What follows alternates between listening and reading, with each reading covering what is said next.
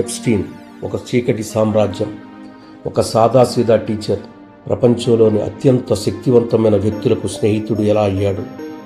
Bill Clinton నుండి Donald Trump వరకు అందరితో అతనికి ఏం పని? అసలు ఎప్స్టీన్ వెనుక ఉన్న ఆ చీకటి నిజాలే. ఎప్స్టీన్ తన కెరీర్ను న్యూయార్క్లోని ఒక మ్యాథ్స్ టీచర్గా మొదలుపెట్టాడు.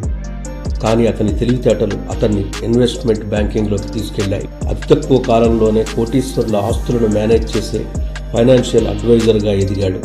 ముఖ్యంగా విక్టోరియా సీక్రెట్ యజమాని లెస్ వ్యాక్స్నర్తో పరిచయం అతని జీవితాన్ని మార్చేసింది. అతని వృత్తి ఫైనాన్స్ అయితే ప్రవృత్తి మాత్రం అధికారం మరియు బ్లాక్మెయిలింగ్. తన ప్రైవేట్ ఐలాండ్లో పార్టీలు ఏర్పాటు చేసి ప్రముఖులకు అమ్మాయిలను ఎరగా వేసేవాడు.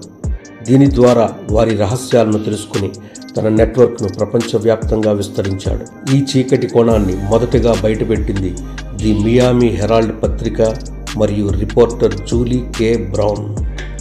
2005లో ఒక బాధితురాలి ఫిర్యాదుతో మొదలైన విచారణ ఎప్స్టీన్ ఒక భారీ సెక్స్ ట్రాఫికింగ్ నెట్వర్క్ నడుపుతున్నాడని నిరూపించింది. అయితే 2008లో ఒక సీక్రెట్ డీల్ ద్వారా తక్కువ శిక్షతో బయటపడ్డాడు. కానీ 2019లో మళ్లీ అరెస్ట్ అయ్యి జైల్లో అనుమానాస్పదంగా మరణించాడు.